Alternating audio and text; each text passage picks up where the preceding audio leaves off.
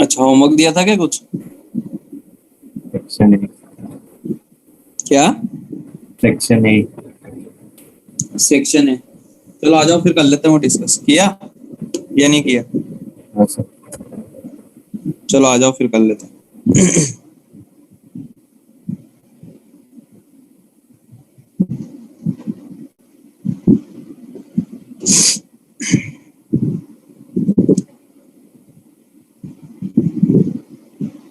Part one में आ जाओ। Part one में A1, A2,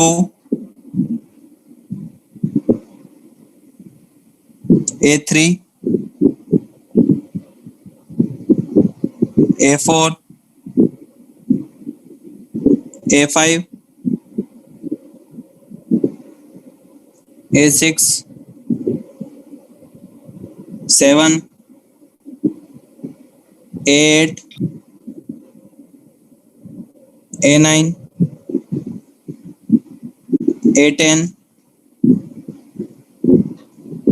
A11, 12।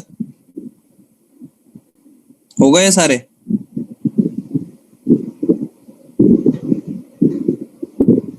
नहीं किए? A13। चलो पार्ट टू में आ जाओ फिर। पार्ट टू में A1, A2, A3,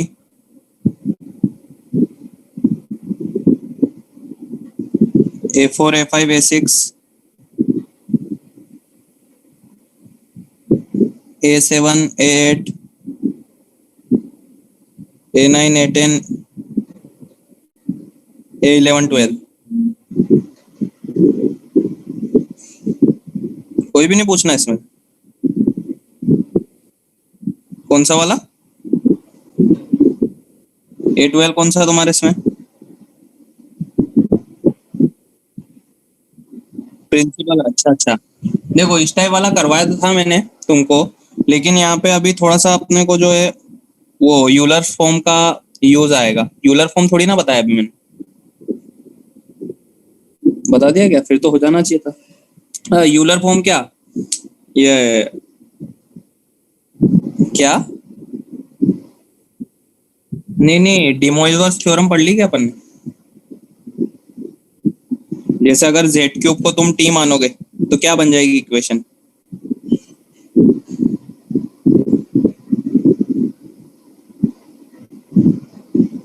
बोलो। जेड क्यूब को अगर टी मान लोगे तो क्या बनेगी?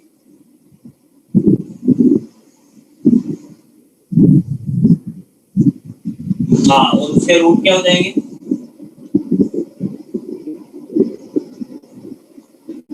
इसके रूट आते हैं ना। हाँ, ये बता रहा था मैं, क्यूब रूट ऑफ यूनिटी वाला कॉन्सेप्ट। इसके रूट ओमेगा और ओमेगा होते हैं, आता है थोड़ा बहुत ओमेगा और, ठीक है ना? तो टी बराबर ओमेगा और टी बराबर ओमेगा स्क्वायर। टी किसको माना था? जेड क्यूब बराबर ई की पावर आयोटा 2 पाई बाई 3, और यहाँ पे जेड क्यूब बराबर ई की पावर आयोटा 4 पाई बाई 3। अब जैसे ही उधर 1/3 लेके जाओगे तो यहाँ पे डिमोइवर्स थ्योरम लगेगी। डिमोइवर्स बोलता है कि अगर कोई भी कॉम्प्लेक्स नंबर हो, उसकी पावर अगर p बाई क्यू फॉर्म की हो तो डायरेक्ट अंदर 1/3 मल्टीप्लाई नहीं करते हैं, उसके 3 रूट आते हैं। तो अगर आता है थोड़ा बहुत तो आगे कर सकते हो, नहीं तो अभी छोड़ दो, जब डिमोइवर्स थ्योरम पढ़ेंगे वापस से करेंगे।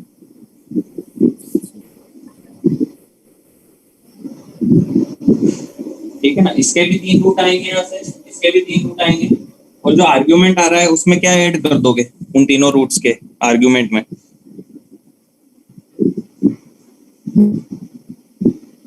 बोलो।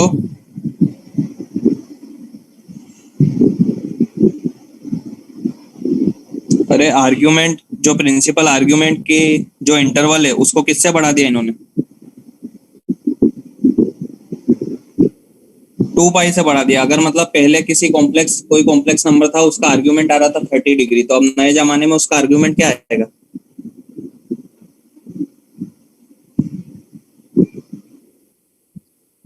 हाँ 2 पाई + 30 यानी 390 आएगा। तो ऐसे करके तीनों का जो आर्ग्यूमेंट आ रहा है उसमें क्या ऐड करना पड़ेगा, 2 पाई ऐड करना पड़ेगा। ठीक है ना। तो अभी के लिए अगर आता है डिमोइवर्स तो कर लियो, नहीं तो फिर बाद में देखना है, तो डिमोइवर्स पढ़ने के बाद। चलो और तो कोई नहीं है इसमें ए सेक्शन में।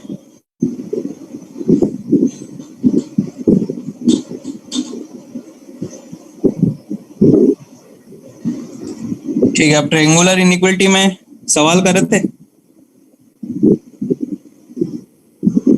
अच्छा सवाल नहीं कर रहे थे, चलो आ जाओ फिर करते हैं। ट्रायंगुलर इनइक्वालिटी में मेंस में तो पूछ चुके हैं, 2 बार पूछ चुके हैं। ठीक है ना, और आसान आसान ही पूछते हैं, इतना ज्यादा टफ नहीं पूछे हैं।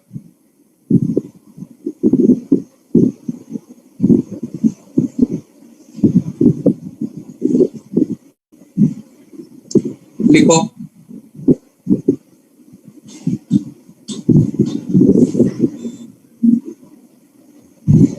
if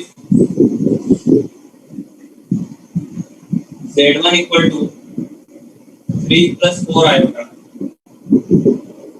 and mod z2 equal to 12, define minimum and maximum value of first part mod of z1 plus z2, second part 2z1 plus 3z2, third part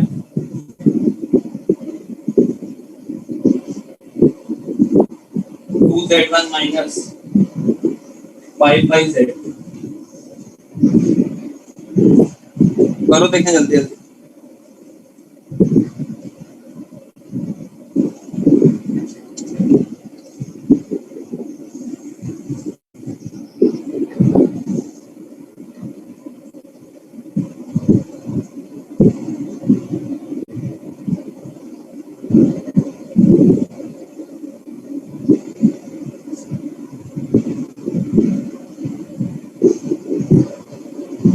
आया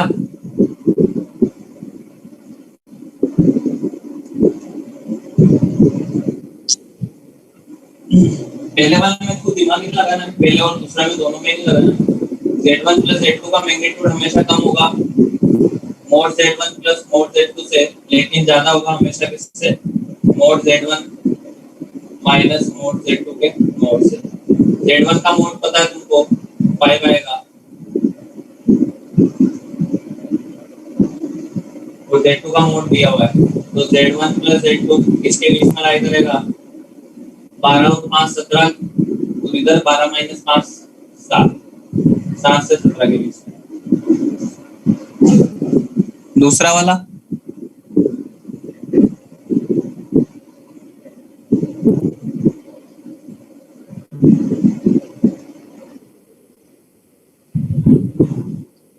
26 से 46, वही कहानी वापस 2z1 3z2, इसको इस बार z2 बोलना है, इसको z1 बोलना है, तो ये हमेशा कम होगा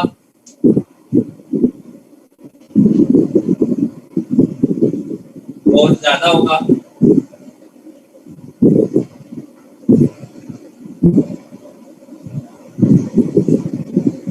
ठीक है ना, और यहाँ पे आ जाएगा 2 mod z1 minus 3 mod z2 required, और इधर 2 mod z1 3 mod z2, यहाँ पे आ जाएगा 2 into 5 10, 10 minus 36 26, mod लगा हुआ है required, और इधर 2 into 5 10 और 36 46।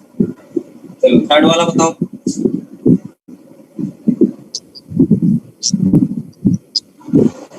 हाँ इसको z1 मान लो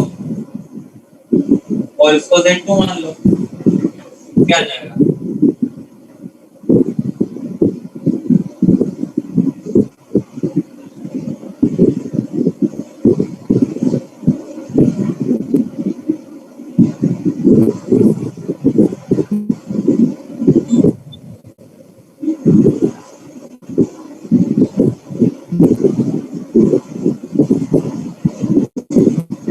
रिक्वायर्ड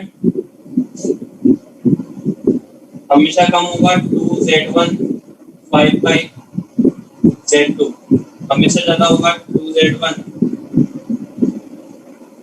माइनस 5 z2। अब रखो value 10 minus 5/12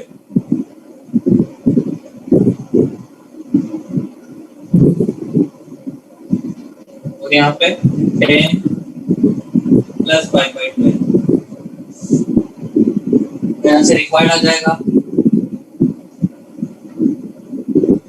120 minus 5 117 divide by 12 से 125 डिवाइड बाई 2।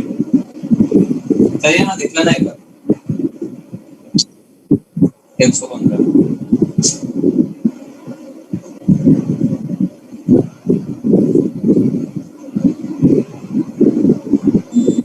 चलो अगर ये आ गया तो फिर ये बता देना।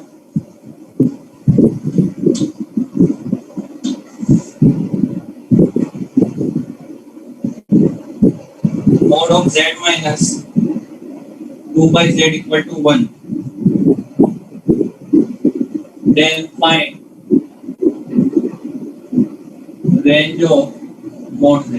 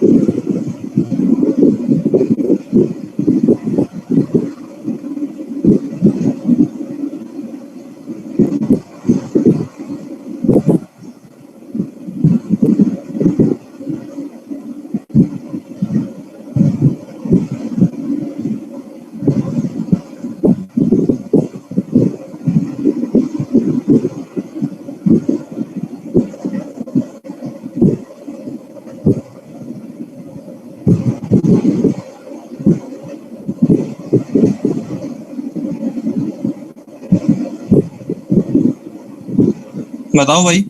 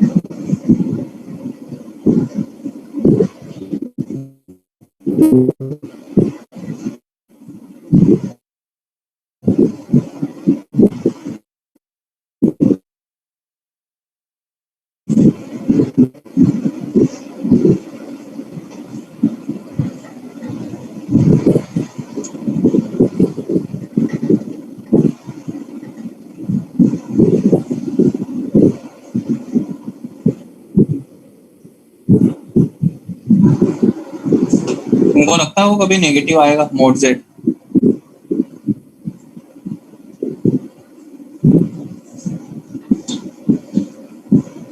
बोलो।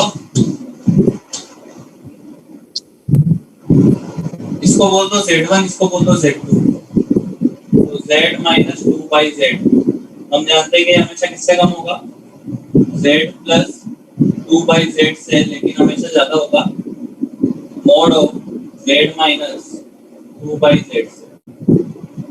इसकी वैल्यू तो पता है 1 है, इसके अपने को रेंज निकालनी है, इसको बोल दो t प्लस 2/t हमेशा बड़ा होगा t माइनस 2/t से। ये अपन जानते हैं कि t पॉजिटिव होगा, मोड z को मैंने t माना है, t जो भी होगा वो पॉजिटिव नंबर ही होगा कोई ना कोई। तो क्या ये राइट हैंड साइड वाला ऑलवेज ट्रू है क्या t बिलोंग्स टू r के लिए? अगर नहीं आता है तो इनइक्वालिटी बना लो। क्रॉस मल्टीप्लाई करके, टी पॉजिटिव है मल्टीप्लाई कर सकते हैं, ठीक है ना। T square minus T plus two greater equal than zero, इसका टी नेगेटिव आ जाएगा, इसका मतलब always positive for all T belongs to R, सभी टी के लिए वो तो पॉजिटिव है, उसका तो कोई दिक्कत नहीं है। इधर आ जाओ, इसको सॉल्व करना पड़ेगा, सॉल्व करने के लिए तुम कर दो स्क्वायर दोनों साइड, स्क्वायर करोगे तो t minus two by T का स्क्वायर माइनस वन का square less than equal to zero, a plus B A minus B, t minus two by T minus one, t minus two by T plus one आ जाएगा, t square minus T minus two, नीचे आएगा t को zero में भेज दिया positive है इसलिए, तो यहाँ पे आ जाएगा t square plus T minus to, उसको भी जीरो में भेज दिया पॉजिटिव है इसलिए, फैक्टर भी हो जाएंगे। देखो क्या हमने factor t minus to T plus one, यहाँ पे t प्लस वन नहीं t minus one T plus to, फिर नंबर लाइन पे जाओ, minus two minus one one two plus minus plus minus plus, और अपने को लेना नेगेटिव वाला पार्ट जो कि पॉसिबल नहीं है, ये वाला तो फिर टी पॉजिटिव है तो T belongs to one two to,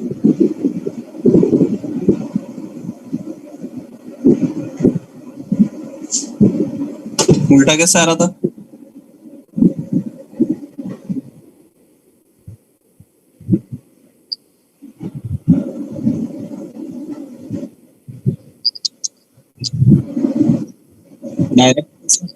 direct कैसे खोल दिया? अच्छा सर वो वन कैसे लिखा z minus two by Z के मॉडल में? वो उसकी तो वैल्यू दी हुई है ना,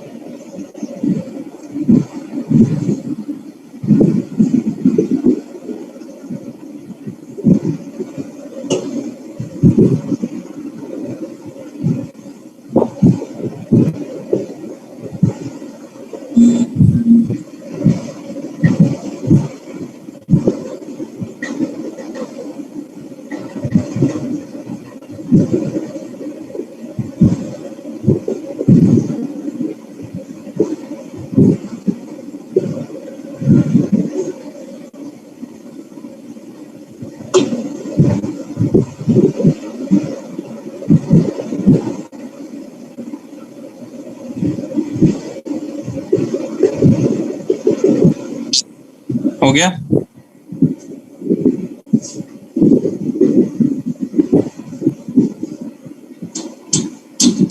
ठीक है,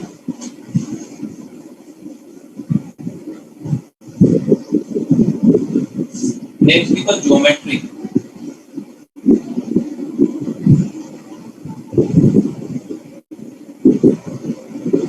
ऑफ कॉम्प्लेक्स नंबर,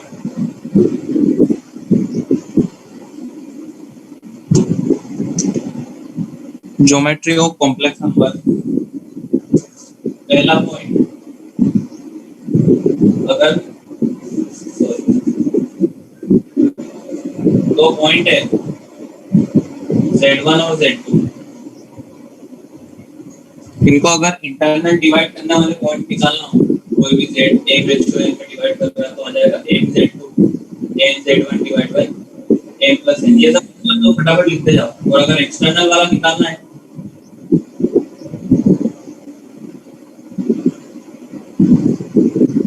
क्या लिखेंगे, m z2 minus n z1 minus n, ठीक है ना। डिस्टेंस फॉर्मूला,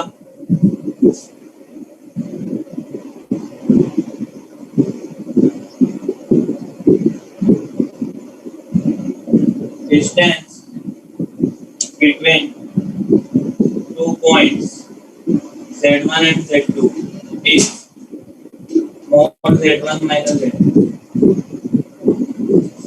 तो अगर आगे से कभी भी ऐसा लिखा हुआ मिलेगा z1 माइनस z2, तो z1 माइनस z2 क्या रिप्रेजेंट करेगा? Distance between z1 and z2। Third, अगर कोई ट्रायंगल के वर्टाइसेस है z1 z2 z3, तो सेंट्रोइड हो जाएगा z1 plus z2 plus z3 by 3। बस बाकी और कोई अगर निकालना हो तो वैसे मैन्युअली जैसे वहां पे करते थे स्ट्रेट लाइन में वैसे ही निकाल लो। बाकी और किसी के फॉर्मूले नहीं होते हैं। ऑर्थो सेंटर वगैरह सबके क्या होते हैं? मेथड्स होते हैं, ऑर्थो सेंटर, सर्कम सेंटर।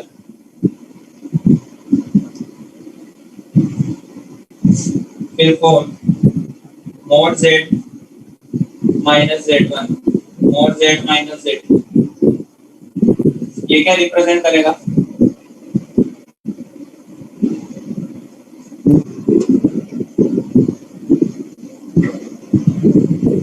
बोलो भाई।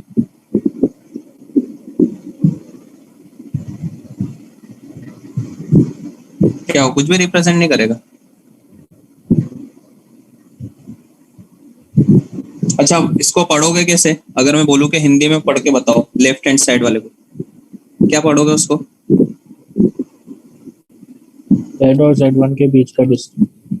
z और z1 के बीच का डिस्टेंस। और उधर राइट वाले को पढ़ने के लिए बोलेंगे तो z और z2 के बीच का डिस्टेंस। हाँ, तो z कैसे पॉइंट का लोकस हो गया जिसकी z1 और z2 से डिस्टेंस क्या है? इक्वल है। क्या होता है वो? Angle bisector. एंगल बाइसेक्टर होता है। एंगल बाइसेक्टर दोनों लाइन से बस मिड पॉइंट। परपेंडिकुलर बाइसेक्टर है। परपेंडिकुलर बाइसेक्टर होता है जैसे ये z1 हो गया और ये z2 हो गया। तो ये वाला जो पॉइंट है सिर्फ यही ऐसा पॉइंट है कि इन दोनों से डिस्टेंस सेम होगी। इस परपेंडिकुलर बाइसेक्टर पे जितने पॉइंट आएंगे वो सारे ऐसे पॉइंट्स होंगे जिसकी z1 और z2 से डिस्टेंस दोनों से क्या होगी? इक्वल होगी। तो z रिप्रेजेंट यहाँ पे लिख लेना, z रिप्रेजेंट परपेंडिकुलर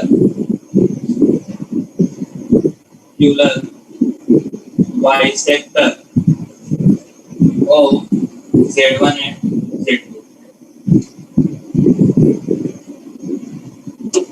अच्छा, अब यहीं पे अगर कोई पूछे कि इसका मिनिमम बताओ, z माइनस z1 का मोड और z माइनस z2 का मोड का मिनिमम, तो मिनिमम कब आएगा? जब वो तीनों कोलिनियर रहेंगे पॉइंट्स, मतलब जब z तीनों z1 क्या क्या बोले? जब तीनों एक लाइन में रहेंगे तभी हाँ, मिनिमम आएगा। जब तीनों एक लाइन पे रहेंगे तभी मिनिमम होगा, क्योंकि अदरवाइज अगर तीनों लाइन पे नहीं रहे, मान लो कि z1 और z2 ये ऐसे सिचुएटेड है और अगर कहीं पे भी z लिया तुमने तो एक ट्रायंगल बन जाएगा क्या हमेशा? बोलो। हाँ सर। हमेशा एक ट्रायंगल बन जाएगा।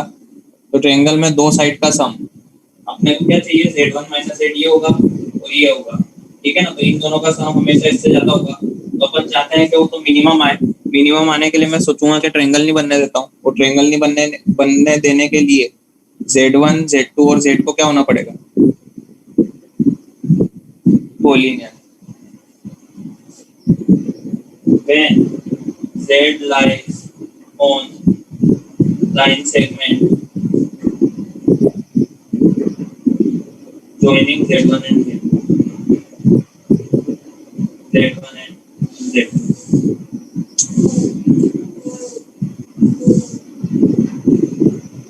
वो ऊपर वाले लिखे क्या 2-3 पॉइंट?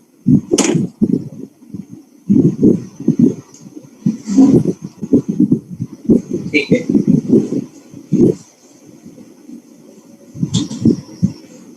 फोन के बाद 5th point, argument of z बराबर थीटा।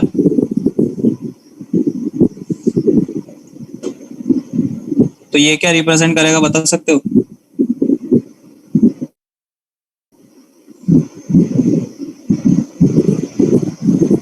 वो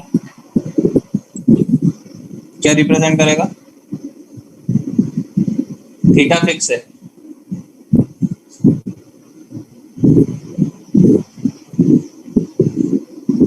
मतलब तुमको ऐसे जेड ढूंढना है जिसका आर्गुमेंट फिक्स हो।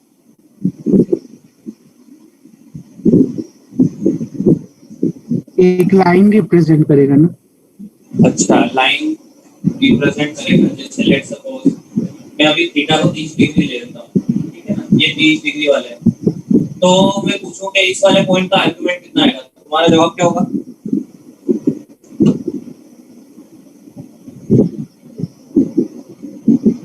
बोलो, उस वाले पॉइंट का आर्गुमेंट कितना आएगा जो मैंने डॉट किया, उसी लाइन पे ही बनाया है, मतलब जेड को। क्यों नहीं बता सकते आर्गुमेंट?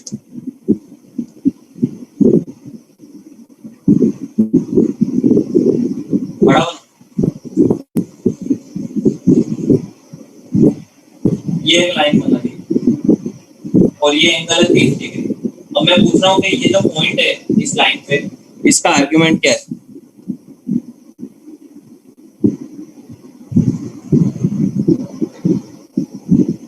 बताओ भाई, ऐसा क्या पूछ लिया मैंने? आर्गुमेंट ही तो पूछ रहे 30 डिग्री है।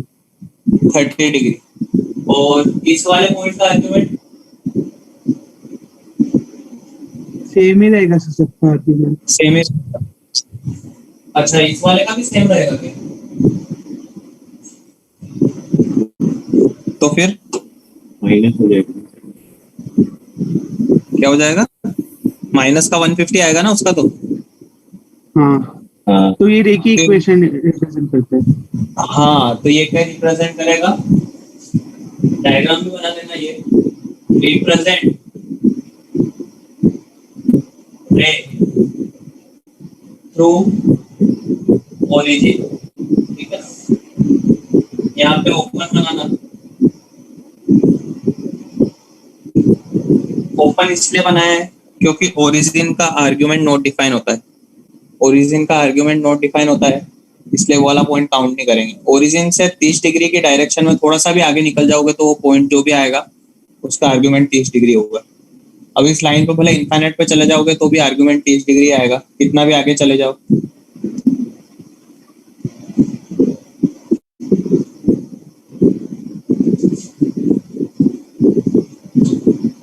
नेक्स्ट 6, इसी का मतलब वो है standard version. z minus Z not is equal to theta 6। अब ऐसे सोच लो, ओरिजिन को मैंने एक पॉइंट है उस पर ट्रांसफर कर दिया, उस पॉइंट का नाम है जेड नॉट। तो लाइन सेगमेंट हो जाएगा। लाइन सेगमेंट नहीं होगा, अभी भी रेंज रहेगा, बस ये वाला ओरिजिन मानना है। अच्छा हाँ ठीक है। ठीक है ना, ये जेड नॉट अपना पॉइंट है, ये ओरिजिन है, और ये वापस से वही 30 डिग्री ले लेते हैं एग्जांपल के लिए। तब रे तो बनेगी, लेकिन कहां से बनेगी? जेड नॉट से। इसको लिखो represent a ray through Z।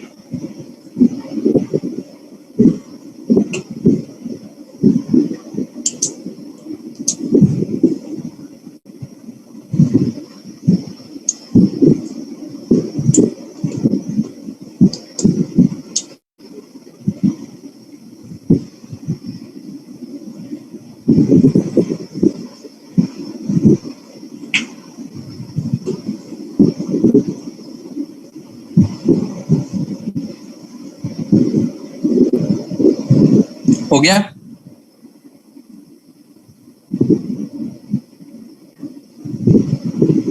हाँ सर।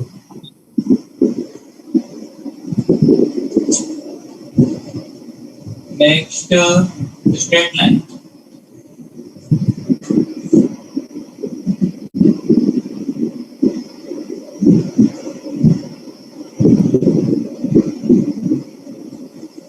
अच्छा, स्ट्रेट लाइन की इक्वेशन आती है तुमको? कोऑर्डिनेट में कोई भी जनरल स्ट्रेट लाइन की हाँ सर, क्या होती है? y equals mx plus c, अरे जनरल फॉर्म वाली। ax plus by plus c equals 0. हाँ, तो ax plus B Y plus C equal to. अब z को ले लो x प्लस आयोटा वाई। तो ध्यान मैंने ये भी बताई होगी x की क्या वैल्यू आएगी और y की क्या वैल्यू आएगी। क्या आएगी x की वैल्यू z और z बार के टर्म में? क्या हुआ, नहीं आता है? z plus z bar by 2. z plus z bar by 2 और y की z minus z bar by 2. z minus z bar by 2 iota आता है। हाँ 2. हाँ, इमेजिनरी। क्या मतलब? क्या इमेजिनरी? नहीं सर, मैंने सोचा वो y वाला इमेजिनरी पॉइंट होता है ना, तो प्योरली इमेजिनरी करके इसे।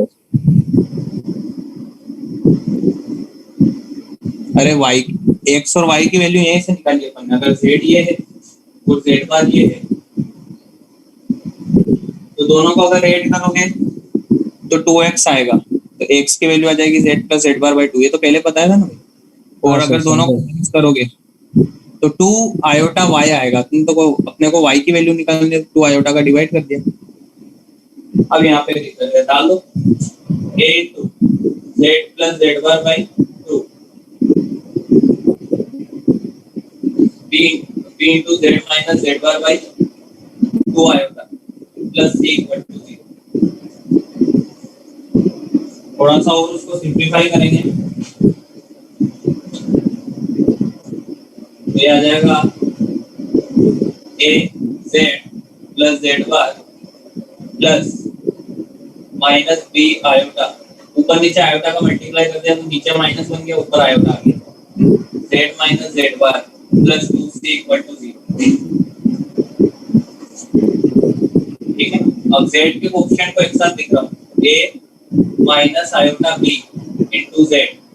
फिर z1 के कोएफिशिएंट को एक साथ लिख रहा हूँ, a प्लस b आयोटा या iota b into z bar plus 2c equal to 0। तो अल्फा z ये अगर इसको अल्फा बोले तो alpha bar z plus alpha z bar plus k या k की जगह बीटा ले लो इज इक्वल टू 0। रिप्रेजेंट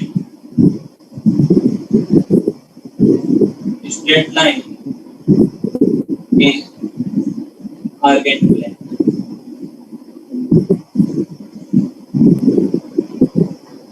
जो स्लोप होगी वो होगी माइनस ऑफ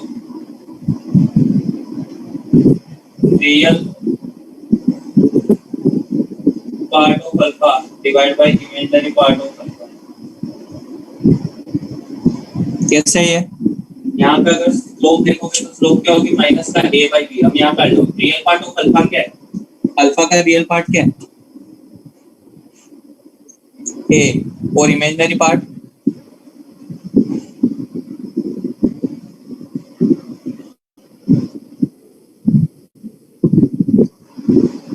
हाँ, तो real part a divide by b और आगे एक माइनस लगा हुआ है तो वो स्लोप होगी। अब करना कुछ नहीं है, अगर तुमको कॉम्प्लेक्स के अंदर अगर दी हुई है इक्वेशन तो वहां पे अगर तुम x प्लस आयोटा y रख दोगे z को तो वो इसमें आ जाएगी कोऑर्डिनेट में।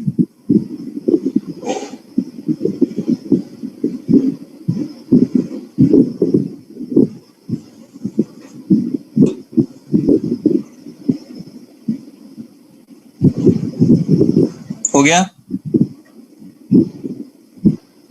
सर एक मिनट सर, वो जो डिनोमिनेटर में 2 आयोटा उसके बाद आयोटा ऊपर कैसे है?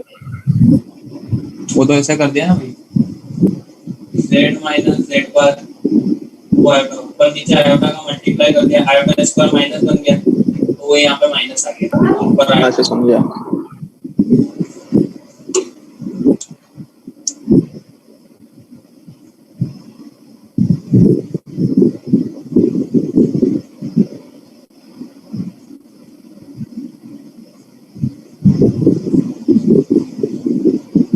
हो गया ये?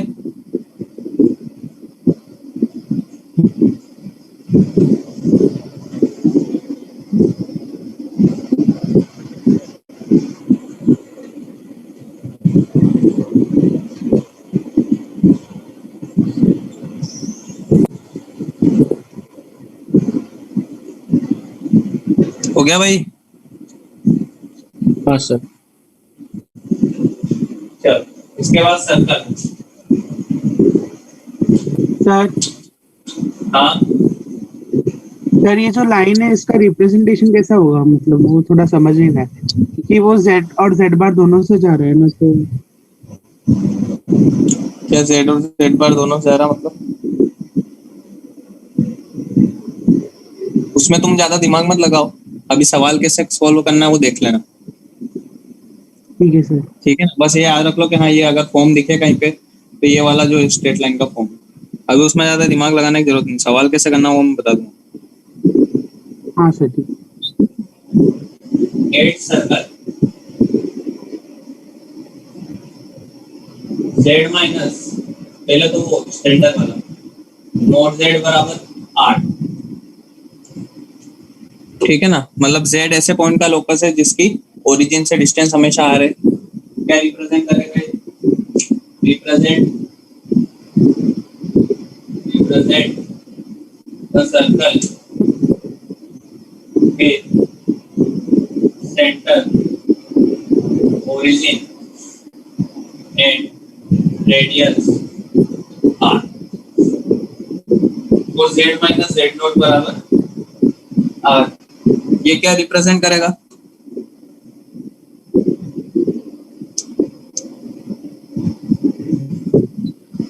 ये भी सर्कल रिप्रेजेंट करेगा, इसका सेंटर क्या होगा? z नॉट होगा। z नॉट होगा। z ऐसे पॉइंट का लोकस है जिसकी z नॉट फिक्स पॉइंट है कोई, उससे डिस्टेंस हमेशा r रहती है, ये भी रिप्रेजेंट करेगा। Represent a circle with centre z not and radius r। इसको थोड़ा सा ऐसे कन्वर्ट कर सकते हैं, दोनों साइड स्क्वायर कर दिया मैंने। और कुछ इसको देख के कोई फॉर्मूला याद आ रहा है क्या?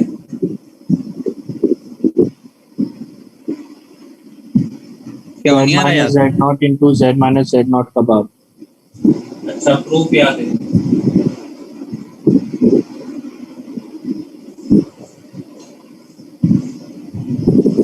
ऐसे लिख दूं इसको?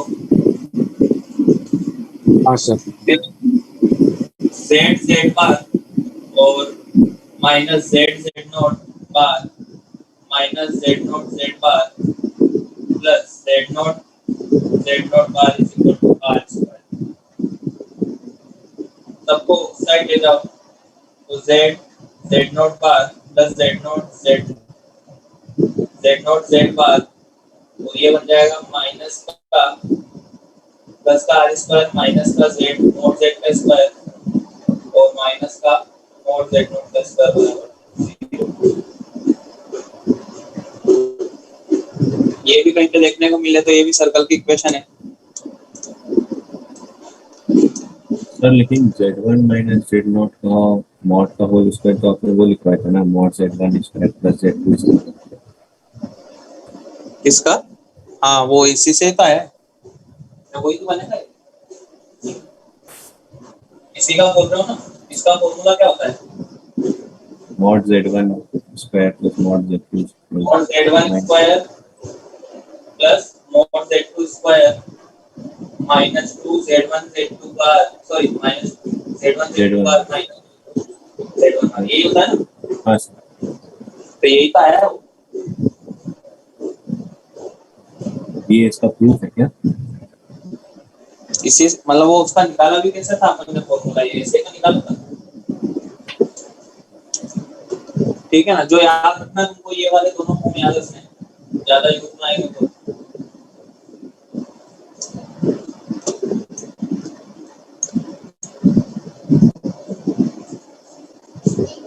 9 ellipse z minus z1 plus z minus z2 is equal to 2 है। समझा सकते हो इस इक्वेशन को? क्या नहीं समझा सकते?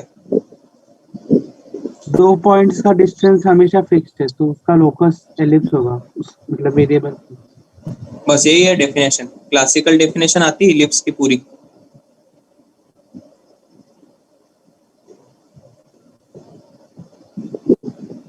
बोलो, बस तुमने जो बोला ये इससे हो जाएगा काम या कुछ और भी कंडीशन है?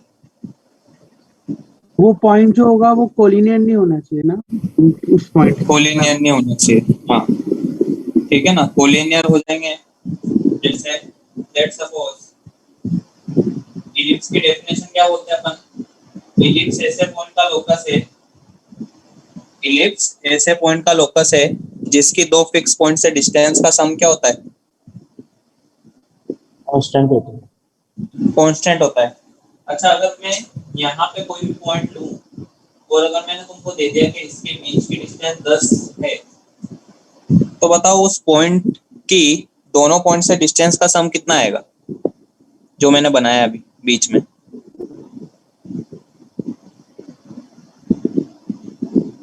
10 ही आएगा।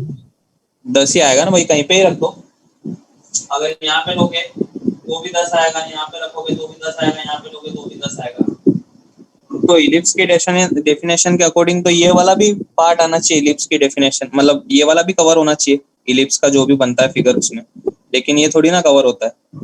तो इलिप्स की डेफिनेशन बोलती है कि ऐसा पॉइंट z जो कि कोलिनियर नहीं है z1 और z2 के साथ, उसकी दो फिक्स पॉइंट से डिस्टेंस का सम हमेशा कांस्टेंट होता है। तो लिखो इसमें रिप्रेजेंट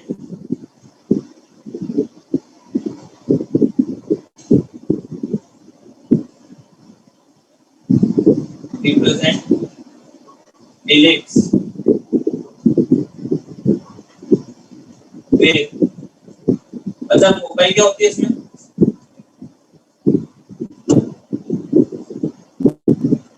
Z1 Z2 ही फोकाई होगा। हाँ, represent ellipse with foci z1 and z2 and length of major axis, ये भी बताओ length of major axis।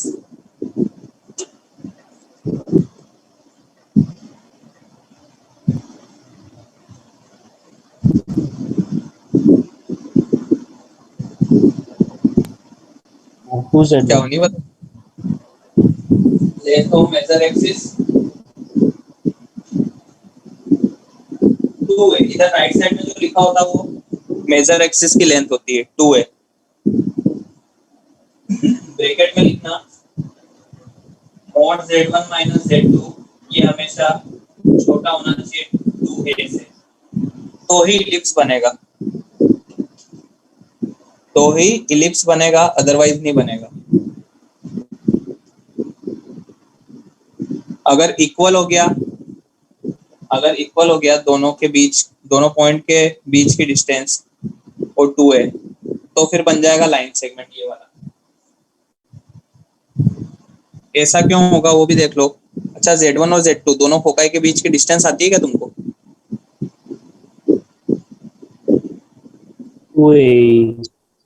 2a रहेगा ना। हाँ, और ई इलिप्स में 1 से बड़ा होता है या 1 से छोटा होता है? 1 से छोटा होता है, तो 1 से छोटा होता है, तो 2a ज्यादा होगा, 2a ज्यादा होगा या 2a ज्यादा होगा? 2a ज्यादा होगा। 2a ज्यादा होगा, तो बस वही कि 2a जो होगा कम होगा 2a से। नहीं आया समझ?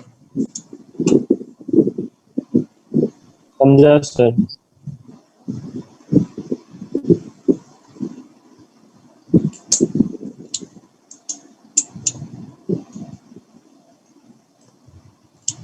हो गया ये हाँ, लिख दो। अगर इक्वल आ गया तो फिर लाइन सेगमेंट।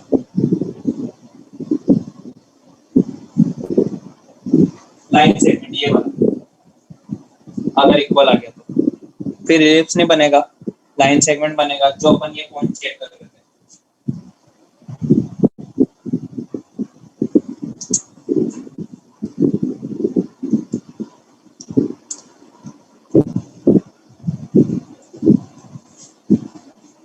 सेम कहानी है हाइपरबोला के लिए भी।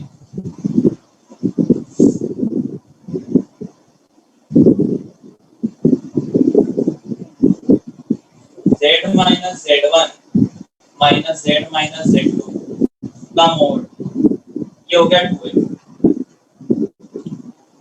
तो क्लासिकल डेफिनेशन क्या है हाइपरबोला की?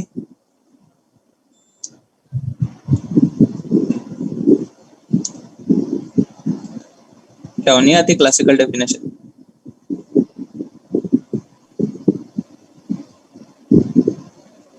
किसी भी पॉइंट का डिस्टेंस उसके मतलब PS माइनस PS डैश होता है, वो मतलब 2a ही हाँ उसको बोल के बताओ, PS माइनस PS क्या हो तो मैंने लिख दिया, बोल के तो बताओ।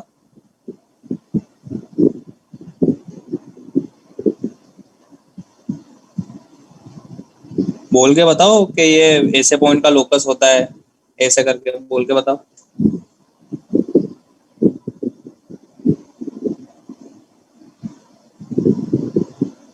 क्या वो नहीं बोल सकते उसको? फोकल जो मैथमेटिकल कंडीशन है वो नहीं। डिस्टेंस, किसी भी हाँ। पॉइंट का डिस्टेंस उसके फोकल डिस्टेंस के हाँ। मतलब सब्ट्रैक्शन के इक्वल होता है, मतलब उसका कांस्टेंट। ठीक है, तो हाइपरबोला क्या होता है? ऐसे पॉइंट का लोकस जिसकी दो फिक्स पॉइंट से डिस्टेंस का डिफरेंस। ऐसे पॉइंट का लोकस जिसकी दो फिक्स पॉइंट से डिस्टेंस, कौन से दो पॉइंट z1 और z2, उन दोनों से डिस्टेंस का डिफरेंस। डिफरेंस इसलिए मोड लगाया है, ये कांस्टेंट होता है, उसको अपन बोलते हैं hyperbola. Represent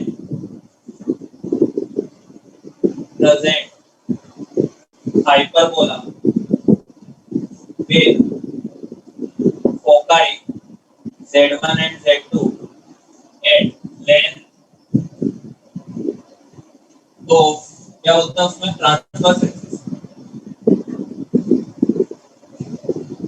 axis is 2a। अब इसमें ये कंडीशन बताओ जो मैंने कंडीशन यहाँ पे लिखी, ये वाली क्या कंडीशन आएगी यहाँ पे?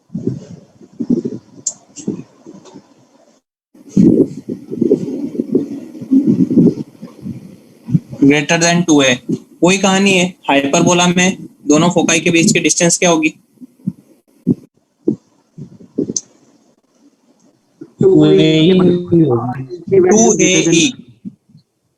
हाँ 2ae होगी, और जो लेंथ ऑफ ट्रांसफर एक्सिस है वो क्या है? 2a।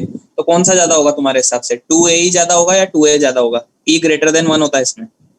2a ही ज्यादा होगा। 2ae ज्यादा होगा, तो यहाँ पे लिखना पड़ेगा ब्रैकेट में z1 माइनस z2 का मोड ज्यादा होगा 2a से।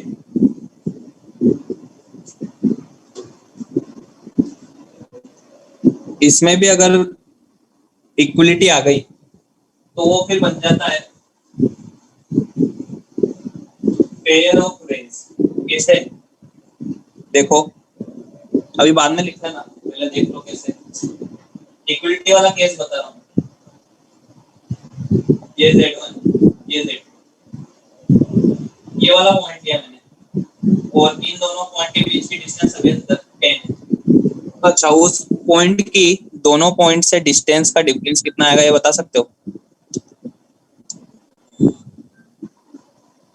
10 ही आएगा। 10 ही आएगा। नहीं आ रहा समझ में क्यों आएगा? इसको अगर x बोलोगे तो ये वाली तो x हो गई, ये वाली 10 प्लस x हो जाएगी, दोनों का डिफरेंस निकालोगे 10। अच्छा, इस वाले पॉइंट की डिस्टेंस का डिफरेंस, मतलब उस वाले पॉइंट की दोनों पॉइंट से डिस्टेंस का डिफरेंस क्या आएगा? वो भी 10 ही आएगा। वो भी 10। अच्छा, मतलब इधर कितना भी चला जाऊं आगे हमेशा 10 ही आएगा क्या? हाँ सर। और इधर Z2 के आगे भी कहीं पे चल जाएंगे, मान लो कि यहाँ पे जा रहे हैं, तो भी क्या 10 ही आएगा क्या? हाँ सर। हाँ सर। तो अगर इक्वलिटी आ गई तो उस केस में ये लोकस बनता है pair of range. Z1 minus Z2 equal to 2A, then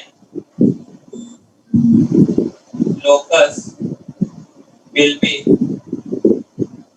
pair of rays through Z1 and Z2.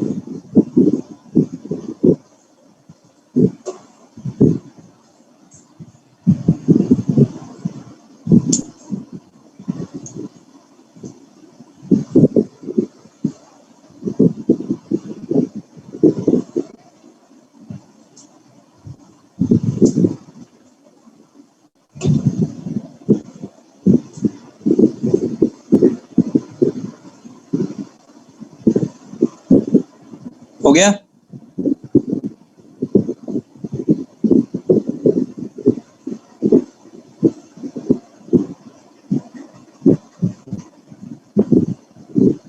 हाँ सर। चलो अब देखें, एक आध सवाल करके बता दो।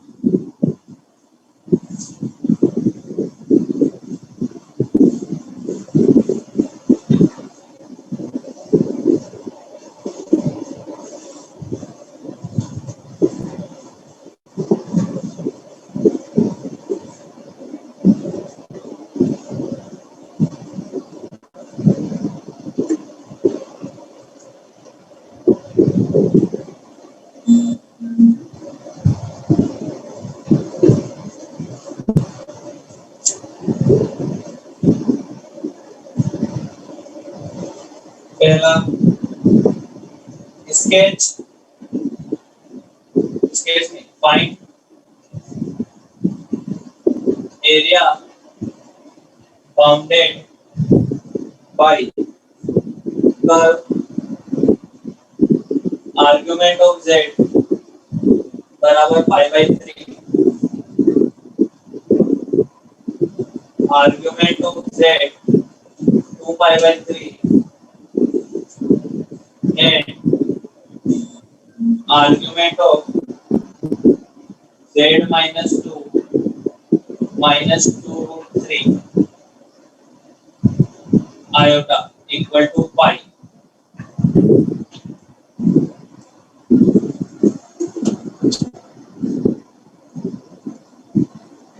तो पहले तुमको बताना है कि जो पहला वाला कर्व है वो क्या बनेगा? रे बनेगा ना? रे बनेगा थ्रू ओरिजिन। दूसरा वाला भी क्या रे बनेगा थ्रू ओरिजिन? हाँ हाँ सर। सर। और तीसरा वाला एक ये Z0 से रे बनेगा। रे ना मतलब 2 प्लस 2 रूट 3 आयोटा से एक रे 2 बनेगा। प्लस 2 रूट 3 आयोटा से रे बनेगी। ठीक है, करो फिर अब आगे।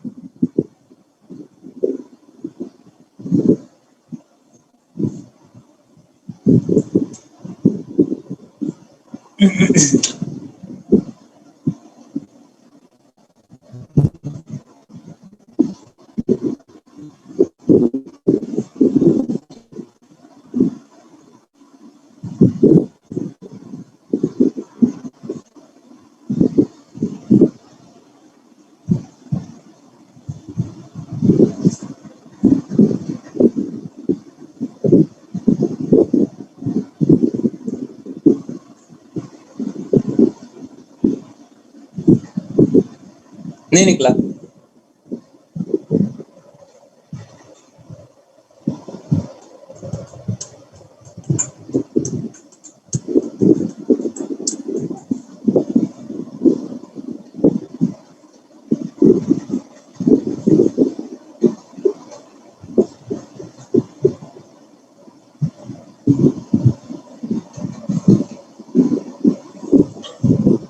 नहीं निकला भाई। अरे एक मिनट।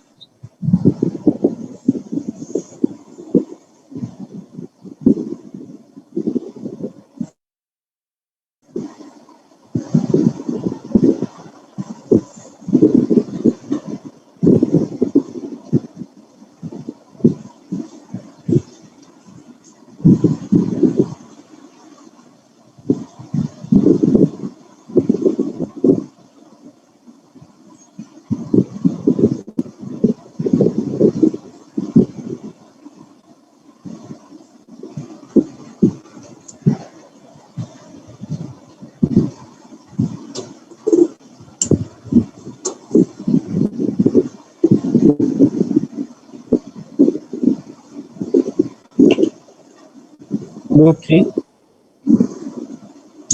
नहीं, गलत।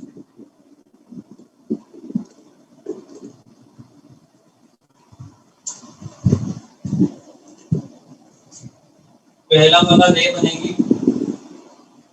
ये वाला एंगल 60 डिग्री, दूसरी वाली भी रे बनेगी अगेन 60 डिग्री, सॉरी 120 डिग्री, ये वाला। दो रे बन गई। अच्छा, ये वाला पॉइंट कहाँ पे? 2 + 2√3 आयोटा। वो पहले वाले रे पे। पहले वाली रे पे है, कैसे पता लगा ये? 2 + 2√3 आयोटा। अगर इसका आर्ग्यूमेंट चेक करोगे, आर्ग्यूमेंट इसको z0 बोल देते हैं थोड़ी देर के लिए, इसका आर्ग्यूमेंट 60 डिग्री आएगा, ठीक है ना? तो इस वाली रे पे ही है वो पॉइंट, ठीक है। तो अगर अपन इसका लोकस मार्क करना चाहेंगे तो उसके थ्रू रे बनेगी। कैसी बनाई वो रे तुमने? लेफ्ट की तरफ स्ट्रेट रे। एक्सिस नेगेटिव एक्स एक्सिस की तरफ है। हाँ, ये अभी मेरे लिए ओरिजिन है, तो ये वाली जो होगी वो लाइन होगी, ठीक है ना? इसके आगे नहीं जा सकता हूँ, इसके आगे यहाँ पे अगर रख दिया तो आर्ग्यूमेंट 0 होगा, यहाँ पे रख दिया तो भी 0, यहाँ पे रख दिया तो भी 0। सिर्फ यहीं पे अगर z घूमेगा इस वाले के हिसाब से बता रहे, तो ही जो आर्ग्यूमेंट आएगा वो पाई आएगा ना। वो ये वाला एरिया निकाला, कैसे निकाला तुमने?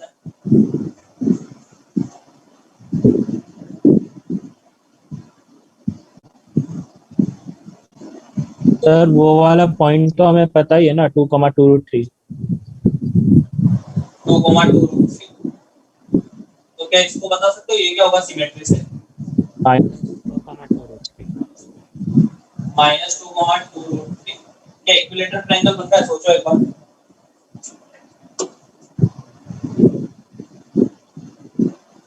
नहीं सोच पा रहे? हाँ सर, इक्विलेटरल ट्रायंगल बन गया। ये टोटल 120, ये 60 है तो ये 60 हो गया। और अगर ये 60 है, क्या बोलते हैं उसको? अल्टरनेट है। हाँ, ये भी 60 हो गया, ये भी 60 हो गया। इक्विलेटरल ट्रायंगल है, इक्विलेटरल ट्रायंगल का √3/4a²। और a कैसे निकालोगे इन दोनों पॉइंट के बीच की डिस्टेंस? 4 हो गया ये। 4 आएगी दोनों के बीच की डिस्टेंस। हाँ सर।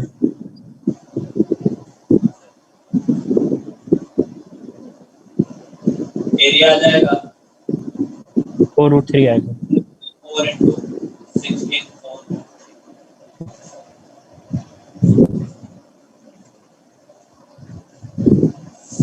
दूसरा वाला करो, फाइंड dy ऑफ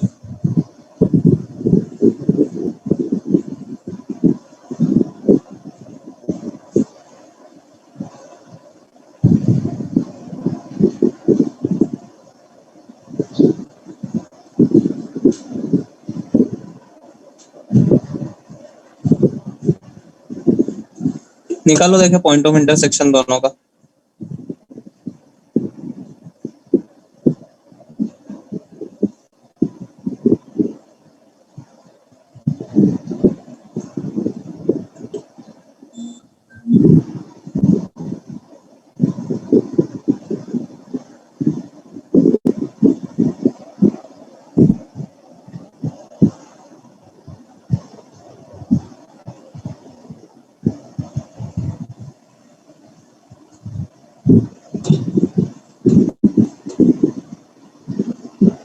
नहीं निकाला।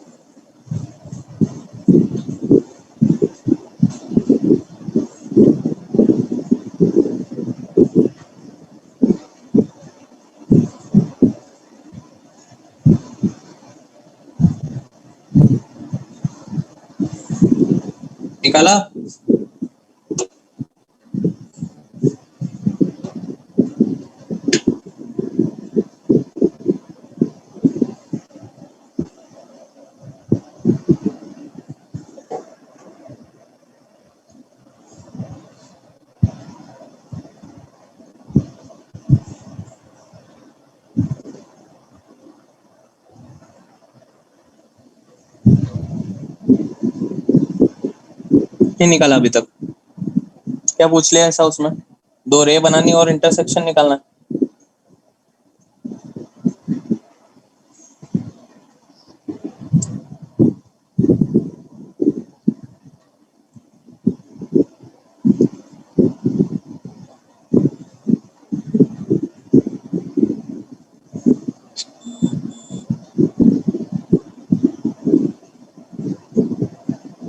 बताओ भाई।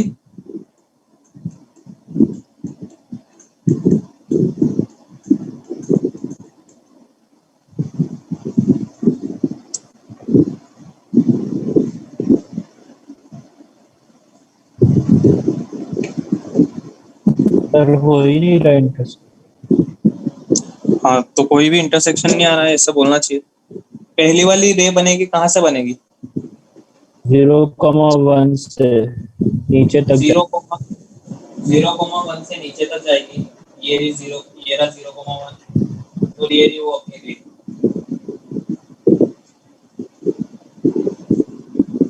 ठीक है, दूसरा वाला कहाँ से बनेगी रे?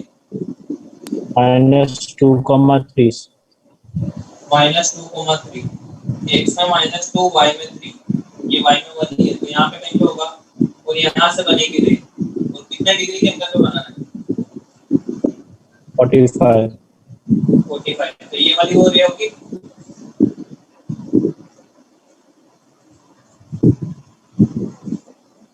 क्या आएगा इंटरसेक्शन दोनों का? 0 जीरो मतलब कुछ नहीं आएगा इंटरेस्ट। कोई भी इंटरसेक्शन नहीं है। लिख दो the ray do not intersect। Intersect नहीं करती रेस। अच्छा अगर कर रही होती तो कैसे निकालते?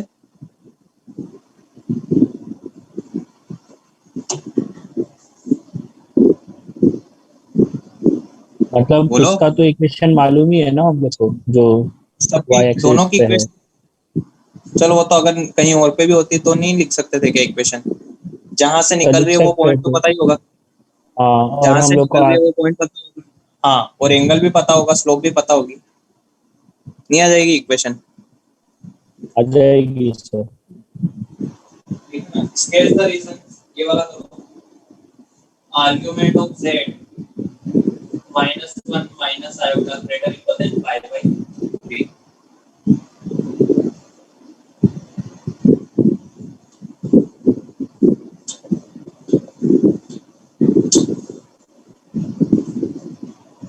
चाहिए मैं बताता हूँ फिर तुम बनाना, तुम आगे देखें।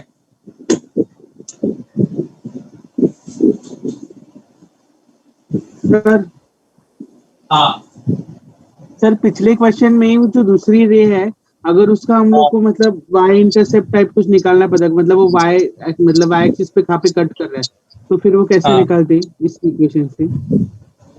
इक्वेशन लिख सकते हैं उसकी रे की।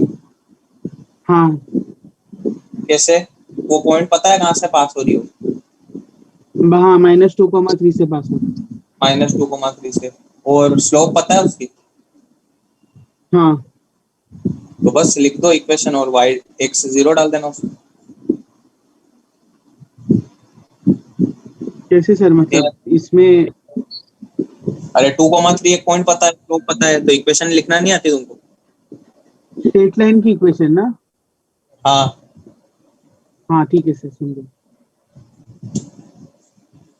तो ये बोलता है अगर यहाँ पे इक्वल का साइन होता तो पहले क्या होता वो सोचो। अगर इक्वल का साइन होता तो एक रे बनती इस पॉइंट से 1,1 से इस डायरेक्शन में 60 डिग्री की डायरेक्शन। अगर वहां पे इक्वल होता था, वो बोल रहा है कि वो इक्वल वाले सारे पॉइंट्स तो चलेंगे, लेकिन अगर उससे ज्यादा भी किसी का आर्गुमेंट है तो वो भी चलेगा। तो बताओ ये वाले पॉइंट्स चलेंगे क्या? इधर नीचे वाले नहीं सर। नहीं चलेंगे क्या? ये वाला पॉइंट चलेगा? ये वाला पॉइंट, ये वाला पॉइंट। दूसरे में ही एक्सेस करना चाहिए सारे। क्या?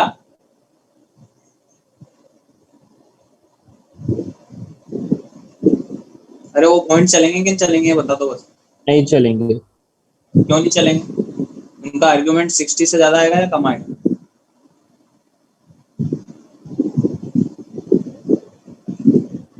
ज्यादा है। ये तो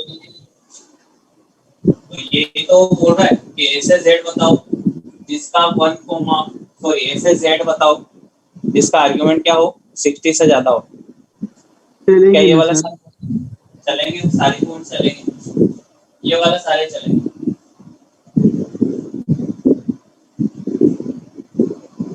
क्या ये वाला पॉइंट चलेगा क्या? वो हाँ सर। ओरिजिन है अभी तुम्हारे लिए, चलेगा? उसका आर्ग्यूमेंट कितना आएगा? पाई। पाई आएगा, चलेगा? वो वाला पॉइंट भी सारे ये वाले हाँ पॉइंट भी सर। चलेंगे।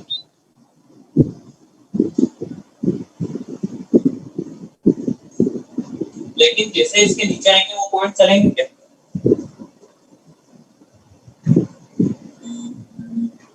नहीं अगर सर। उसके नीचे जाएंगे नहीं चलेंगे, क्यों? क्योंकि अगर जैसे ही नीचे जाओगे एक सक्सेस से थोड़ा सा भी तो आर्ग्यूमेंट क्या नेगेटिव से काउंट होने लग जाता है, हाँ सर। तो इसलिए वो सारे पॉइंट नहीं चलेंगे। नहीं आया समझ में?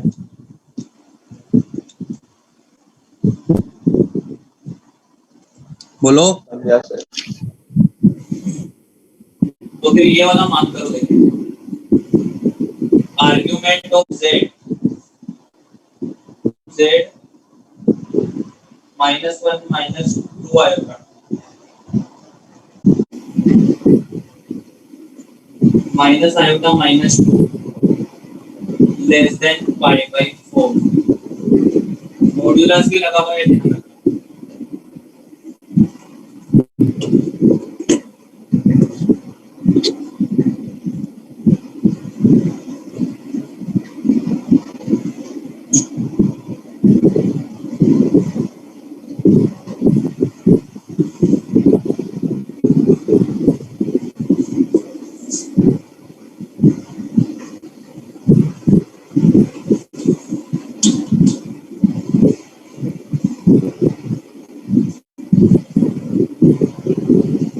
क्या मार्क? हाँ सर। अच्छा, अगर उसको argument of Z minus iota -2 को मैं टी मान लूं, तो अगर मोड टी अगर π/4 से कम है तो टी कहां से कहां तक हो सकता है?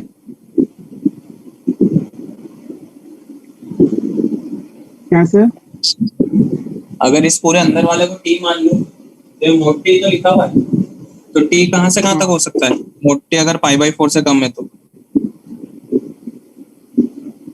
-π/4 से कम। प्लस π/4 से -π/। प्लस माइनस π/4 से -π तक हो सकता है। हाँ, तो बस कुछ नहीं करना माइनस का है। एक्सक्लूडेड। इस पॉइंट को बनाया, ये पॉइंट है 2,1 x में 2 y में 1, तो ये वो पॉइंट है अपना। तो दो लाइन बना दो, एक तो π/4 वाली और एक -π/4। क्या आर्गुमेंट इन दोनों के बीच में लाई करना चाहिए? इन दोनों के बीच में मार्क कर दो एरिया, ये वाला पूरा एरिया दोनों रिक्वायर्ड। क्या ये दोनों लाइन सॉरी ये जो रे है इन पे जो पॉइंट्स है वो काउंट होंगे क्या लोकस में? उन दोनों रे पे जो पॉइंट है वो काउंट होंगे या नहीं होंगे? नहीं होंगे वो, क्योंकि इक्वलिटी नहीं है। ये वाला बनाओ देखें, mod Z less than equal to 5 and argument z -1 - iota greater equal than π/3। मतलब ऐसा अपने को रीजन चाहिए जो दोनों में कॉमन हो, क्योंकि एंड लिखा हुआ है ना, एंड का मतलब इंटरसेक्शन।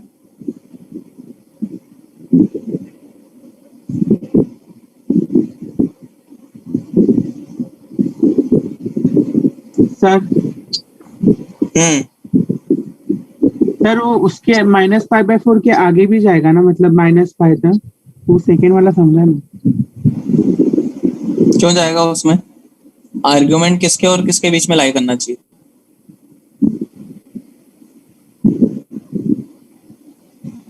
बोलो भाई, आर्ग्यूमेंट किसके बीच में होना चाहिए?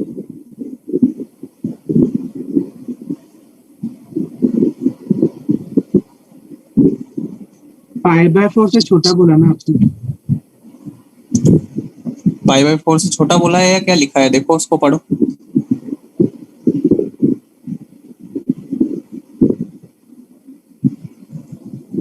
क्या दिख रहा तुमको वहां पे? हाँ, माइनस पाई बाय 4 से पाई बाय 4 मॉड।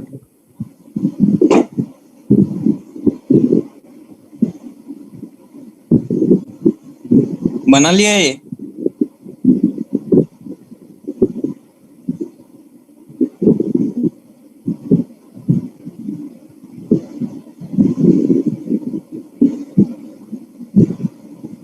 नहीं बना?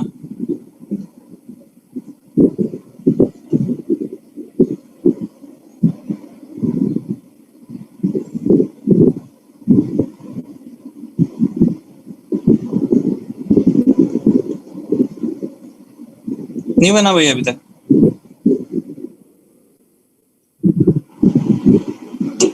क्या मोड जेड?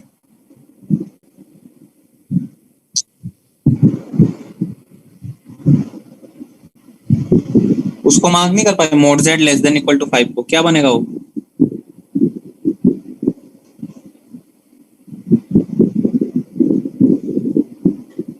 अरे क्या बनेगा mod Z less than equal to 5?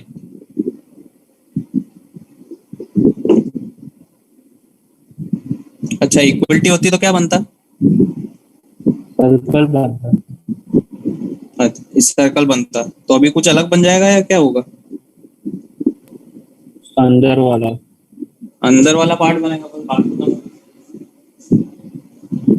अगर इक्वल होता तो ये मतलब सर्कल की सरकमफ्रेंस पे जो भी पॉइंट होता है वो सब काउंट होते थे, लेकिन उसने बोला है कि ऐसे भी चल जाएंगे जो जिनका मॉड्यूलस जो है वो 5 से कम है, तो इस सर्कल का इनर वाला पूरा पार्ट होगा।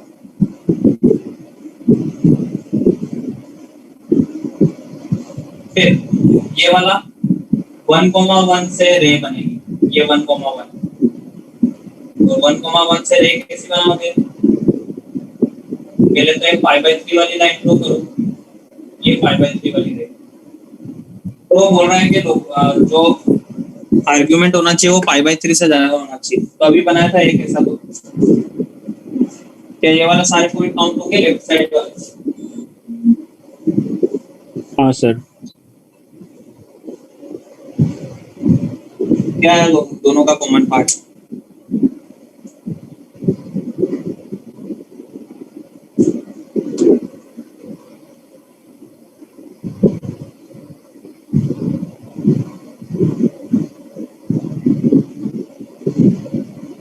नहीं आया समझ में?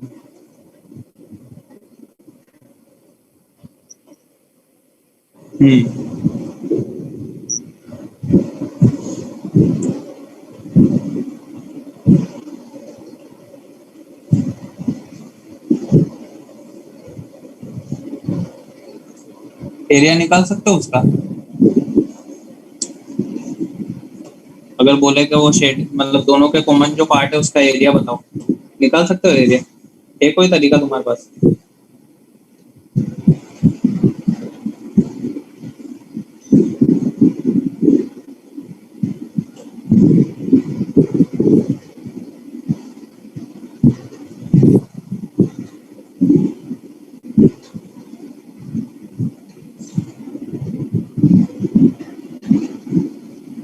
बोलो भाई। पहले पॉइंट ऑफ इंटरसेक्शन निकालेंगे लाइन का सर्कल से, फिर और वो दूसरा वाला पॉइंट ऑफ इंटरसेक्शन वो जो आपने एक्स एक्सिस बनाया ना 1,1 से, फिर उधर से उधर तक इंटीग्रेट कर देंगे और उसको पूरे सर्कल के इससे माइनस कर देंगे। हाँ, ऐसे तो कुछ अच्छा बनेगा नहीं। अगर मान लो कि इस पूरे सेक्टर का एरिया भी निकाल लो तो फिर ये वाला एरिया नहीं निकाल पाएंगे ना, जिसको माइनस करना निकाल पाएंगे क्या ये वाला एरिया? नहीं सर, मैं वो सेगमेंट का और सर्कल का वो इंटरसेक्शन से लेकर उधर तक वो पूरा इंटरसेक्शन बोल रहे हैं, जो रेड वाला नहीं है, सिर्फ ब्लैक समझ गया तुम्हारा इंटीग्रेशन वाला। तो मैं तो ये पूछ रहा हूँ कि सेक्टर का एरिया में से कुछ माइनस करके निकल सकता है क्या? अगर मान मतलब लो वो मैं पूरा जो ऊपर जो कॉर्ड बन रहा है ना, उसमें से वो छोटा सेक्टर माइनस कर सकते हैं। कौन सा, अगर मैं ये पूरे सेक्टर का एरिया निकालूं और उसमें से अगर इस वाले ट्रायंगल का एरिया माइनस कर दूं तो नहीं आ जाएगा?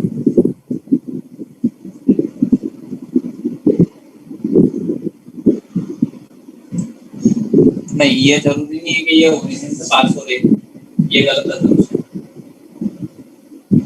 क्योंकि ये तो 5/3 है ना, अगर 5/4 होता तो ओरिजिन से पास हो जाता, क्योंकि ये वाला पॉइंट 1,1 है। हाँ, तो फिर तो वैसे इंटीग्रेशन से ही करना पड़ेगा। हाँ, तुम क्या बता रहे हो नया?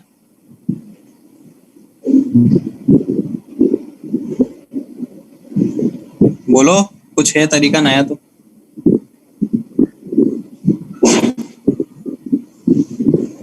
सर वो जो ऊपर वाला कॉर्ड है ना, उसमें से वो छोटा वाला सेक्टर माइनस हो सकता है ना? ऊपर वाला कॉर्ड है, उसमें से छोटा वाला सेक्टर कैसे? सेक्टर नहीं, मतलब वो जो है ना आर्क टाइप है, उसको माइनस कर सकते हैं। ये वाला हाँ, कैसे माइनस करोगे?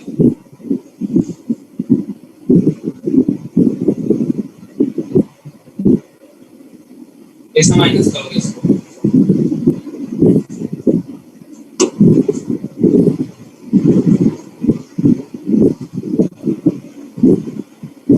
मतलब वो जो रहेगा मतलब वो जो छोटा वाला सेक्टर रहेगा, वो मतलब एक सर्कल का ही पार्ट रहेगा ना, जिसका सेंटर वो 1,1 है, ऐसे और कैसे उसका रहेगा बीच भाई? का एंगल भी मालूम है ना हमें, तो उसका एरिया तो ऐसे निकाल सकते हैं ना हम लोग।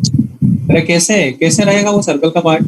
वो सर्कल का पार्ट तो है, लेकिन जिसका सेंटर 0,0 और रेडियस 5 है। सर वो दोनों का हाँ लेंथ हाँ, हम लोग को जानना पड़ेगा। जैसे कि हम लोग एक तो पॉइंट ऑफ इंटरसेक्शन उससे निकाल, और दूसरा वाला भी हम लोग को पता चल जाएगा क्योंकि वो पैरेलल टू एक्स एक्सिस है। तो हम लोग θ/360 × पाई ए भी करके शायद निकल सकते। सेक्टर का एरिया तो निकल जाएगा, ये वाला सेक्टर का पूरा निकलेगा, ठीक है ना, जो भी तुम बता रहे हो ना, हाफ आर स्क्वायर थीटा से। लेकिन ये वाला माइनस करने का कोई तरीका नहीं है। अगर वो वाला तरीका तुमको आता है कि वो वाला कैसे माइनस करोगे तो वो बताओ। वो थोड़ी ना कोई सर्कल का पार्ट है जो सेक्टर का पूरा फॉर्मूला लगा देंगे।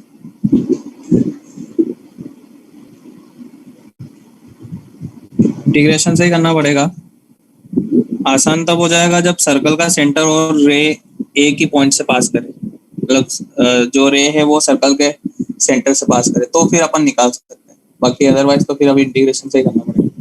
ऐसा पूछा नहीं है, मैं तो ऐसे ही सोचा तुमको पूछने के लिए कि कैसे निकालोगे।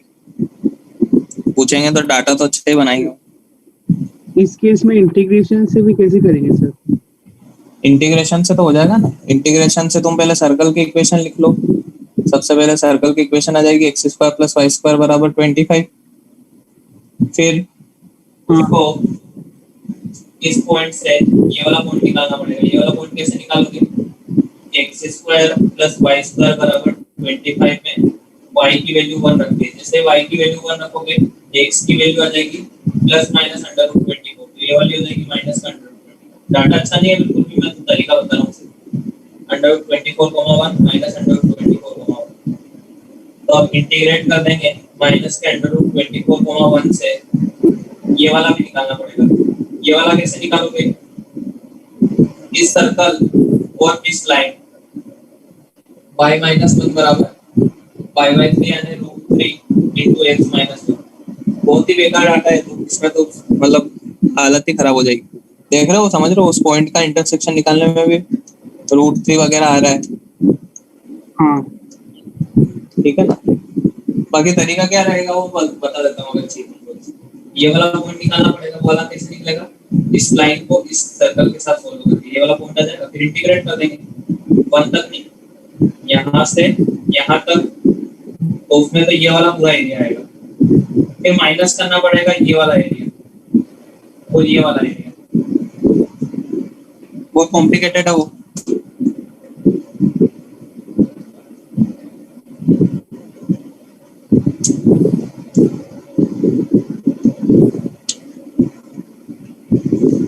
ये लिखना मत कुछ भी।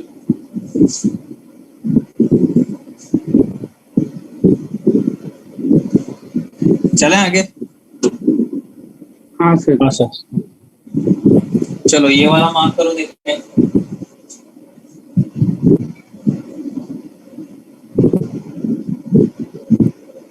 One less than z minus 2 iota less than 3।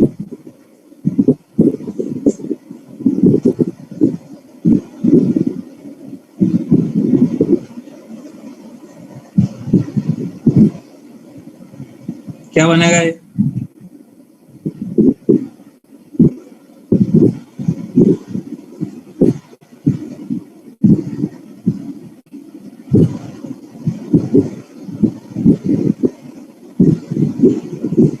बताओ।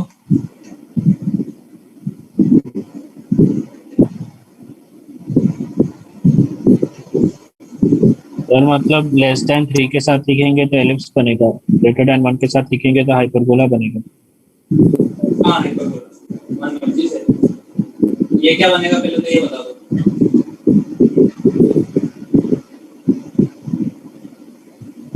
अरे उधर वाला भूल जाओगे, ये क्या बनेगा? एलिप्स बनेगा सर। कैसे इलिप्स, मेरे को समझ भी नहीं आया। कहाँ से लाए तुम ये इलिप्स?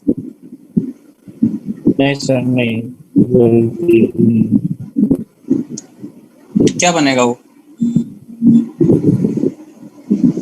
सर्कल सर, सर्कल बनेगा, और सर्कल के अंदर वाला। ये 0,2 है, तो कुछ ऐसा बनेगा सर्कल मान लो। लेकिन सर्कल के अंदर वाला पार्ट चाहिए अपने को, ये वाला पार्ट। फिर उसके बाद अगर ये वाला बोलूं तो ये वाला क्या बनेगा? वाले सर्कल के बाहर। हाँ, ये वाला तो जो सर्कल बना था इसकी रेडियस कितनी थी? ये वाला सर्कल की रेडियस 3, और इस वाले सर्कल की रेडियस क्या होगी? 1 होगी ना। और सेंटर क्या दोनों का सेम ही? सेंटर क्या दोनों का सेम ही 0,2। हाँ सेंटर सेम ही और रेडियस 1, दोनों कंसेंट्रिक सर्कल है। ये बोलता है कि 1 से बड़ा, मतलब इसके बाहर वाला पार्ट, ये इसके बाहर वाला पार्ट। अच्छा, बाहर वाला तो कहीं पे भी हो सकता है, इसको थोड़ी ना एक दूसरे सर्कल से मतलब, बाहर वाला कहीं पे भी हो सकता है। लेकिन ये वाला बोलता है कि सिर्फ अंदर का पार्ट, तो दोनों का इंटरसेक्शन कौन सा आएगा?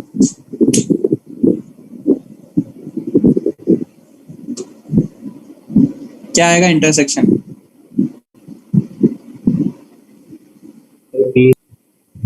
रिंग बनेगी ना, वो रिंग। हाँ सर।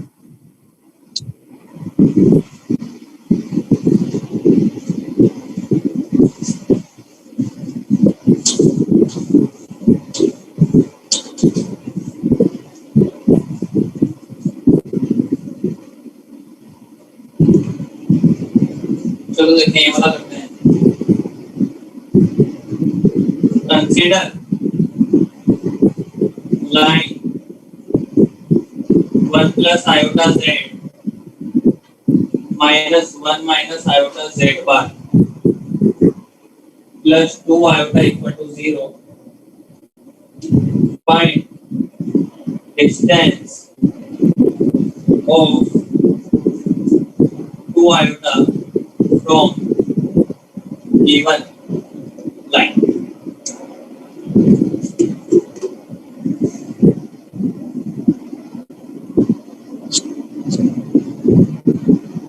कब है टेस्ट तुम्हारा?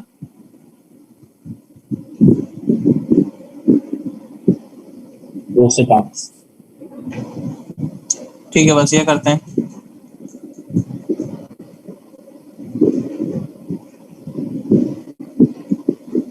या चलो लिख लो, नेक्स्ट क्लास में करेंगे कंटिन्यू। लिख लो सिर्फ।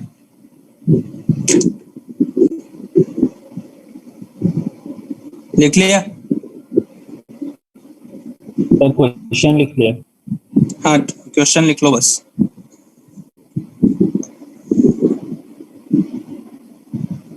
लिख लिया क्या? हाँ सर। चलो, तो अब बी वाला सेक्शन करना तुमको कॉम्प्लेक्स नंबर में, ठीक है? हाँ